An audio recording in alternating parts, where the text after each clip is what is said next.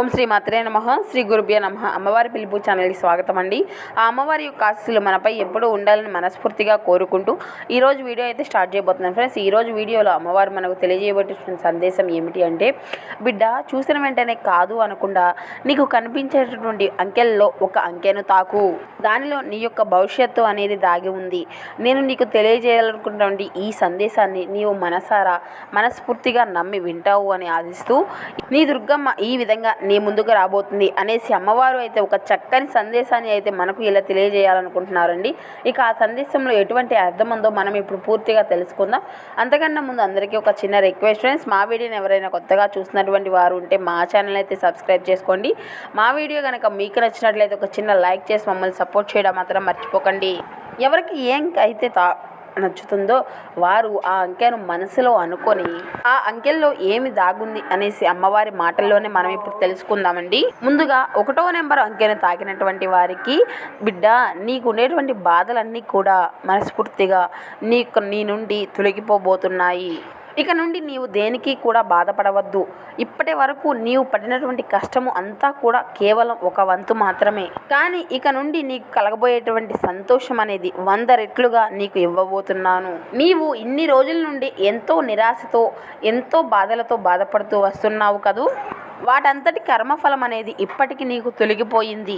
నీవు శ్రద్ధ సబూరి అనేటువంటి మాటలను భక్తి శ్రద్ధలతో ఇంతవరకు నీవు మరిచిపోకుండా ఇప్పటికీ కూడా నాపై నమ్మకంతో భక్తి శ్రద్ధలతో ఉన్నావు కాబట్టి నీకు ఎంత కష్టం వచ్చినప్పటికీ ఎన్ని బాధలు కలిగినప్పటికీ కూడా నేను ఉన్నాను అనేటువంటి భరోసాను నీ యొక్క మనసులో ఏర్పరచుకొని ఇప్పటికీ కూడా నీకు వచ్చినటువంటి బాధలను కష్టాలను ఎంతో ఓర్పుతో నీ యొక్క సహనంతో నెట్టుకుంటూ వస్తున్నావు. నీవు ఎప్పుడూ కూడా ఇదే విధంగా ఆలోచిస్తున్నావు కదా, నాకు నా తల్లి తోడు ఉంది, నాకు ఎప్పుడూ కూడా మంచి చేస్తుంది అనేటువంటి ఆలోచనలతోనే నీవు నీ యొక్క జీవనాన్ని ముందుకు సాగించుకుంటూ వస్తున్నావు. నా తల్లి నా జీవితాన్ని ఆనందమయం చేస్తుంది అని ఎంతో నమ్మకంతో ఓర్పుతో సహనంతో వస్తున్నావు. నా మీద ఇంత గొప్పటి నమ్మకాన్ని నువ్వు ఏర్పరచుకున్నావు కదా.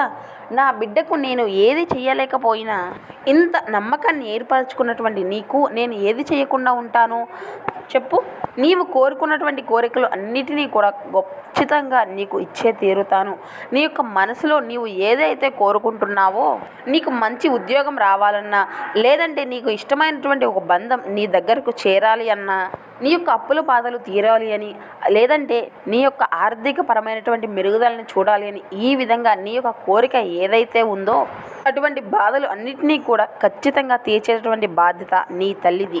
ఎవరైతే నిన్ను అవమానపరిచారో, ఏదైతే నేను చెయ్యలేను అని నీవు అనుకుంటున్నావో వాటిని అన్నిటినీ కూడా నీవు చేయగలిగే విధంగా నేను నీకు ఒక మంచి మార్గాన్ని చూపుతాను. అంటే నేను ఈ పనిని చేయలేదు అనేసి అనుకుంటూ ఉంటారు కదండి, నా వల్ల కాదు అని. అటువంటి నిరాశలను నీ నుండి తొలగిస్తాను. ఖచ్చితంగా నీవు ఆ పనిని చేయగలుగుతావు. అంత ఓపిక సహనం ఓర్పు అన్నీ కూడా నీకు చేకూర్చే విధంగా మంచి ధైర్యాన్ని ఇస్తూ నేను ఎప్పుడూ కూడా నీ వెంటే ఉంటాను. నిన్ను వేలు ఎత్తి చూపించినటువంటి వారి ముందే నీవు తల ఎత్తుకొని మంచి గర్వంగా నడిచే విధంగా నేను చేస్తాను కదా.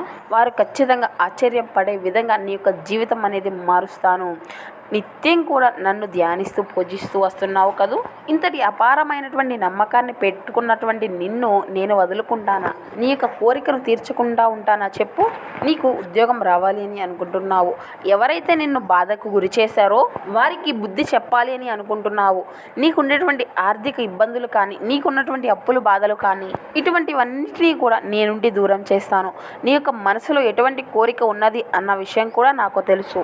కానీ నా తల్లికి నిత్యం కూడా నేను చెప్తూనే ఉన్నాను కదా, ఇన్ని రోజులు కూడా నా యొక్క కోరికను మా తల్లి తీర్చలేదు కదా అని నీవు నిత్యం కూడా బాధపడుతూ వస్తున్నావు.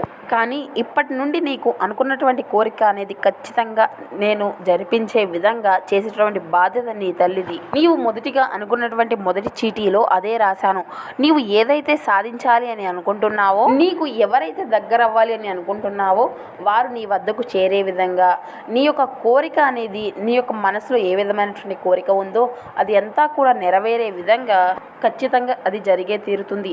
నీకు ఒక మంచి ఉద్యోగం కావాలని అనుకుంటున్నావు. అదేవిధంగా మరికొందరు సొంత ఇంటి కళ అనేది ఉంటుంది కదా, నీ యొక్క ఉద్యోగ జీవిత మెరుగుదల, లేదంటే నీ పిల్లల యొక్క భవిష్యత్తు, ఈ విధంగా ఏదైతే కోరిక అనేది నీకు ఉందో దానిలో మంచి విజయాన్ని పొందే విధంగా, ఆ కోరిక నీకు నెరవేరే విధంగా నీకు అయితే అది ఖచ్చితంగా జరగబోతుంది. జరిపించేటటువంటి బాధ్యత నీ తల్లిది.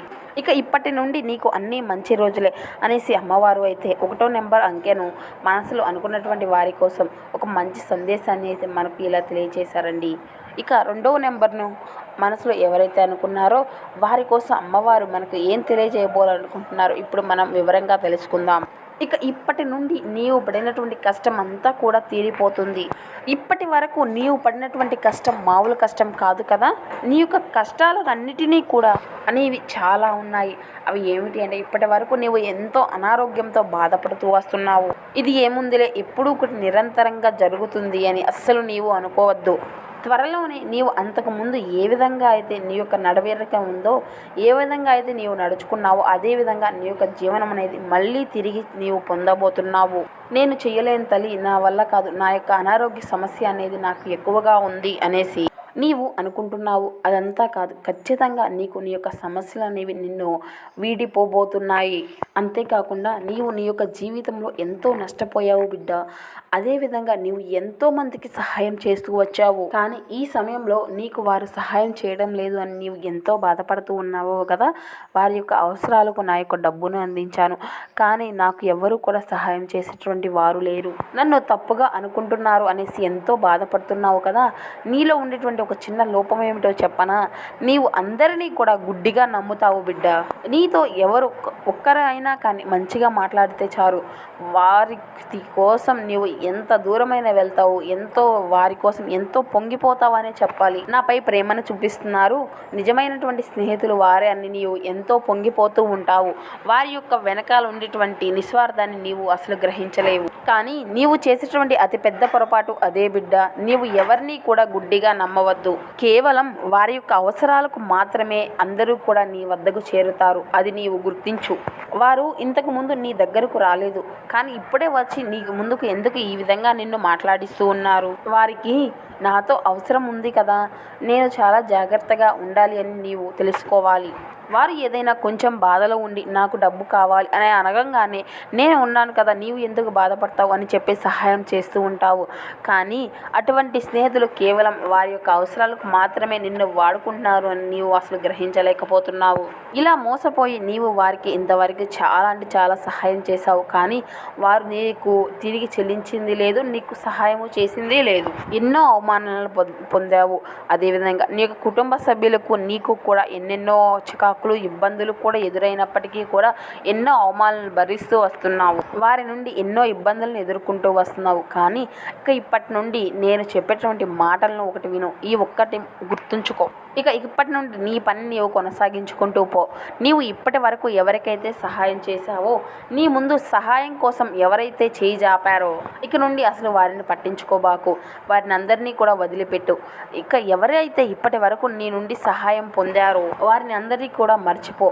ఎప్పుడైతే నీవు వారిని అందరినీ కూడా మర్చిపోయి నీ యొక్క జీవనాన్ని మళ్ళీ కొనసాగిస్తావో, నీ యొక్క భవిష్యత్తు అనేది అప్పుడు కూడా మంచిగా మళ్ళీ నీ యొక్క తిరిగి భవిష్యత్తు అనేది వస్తుంది.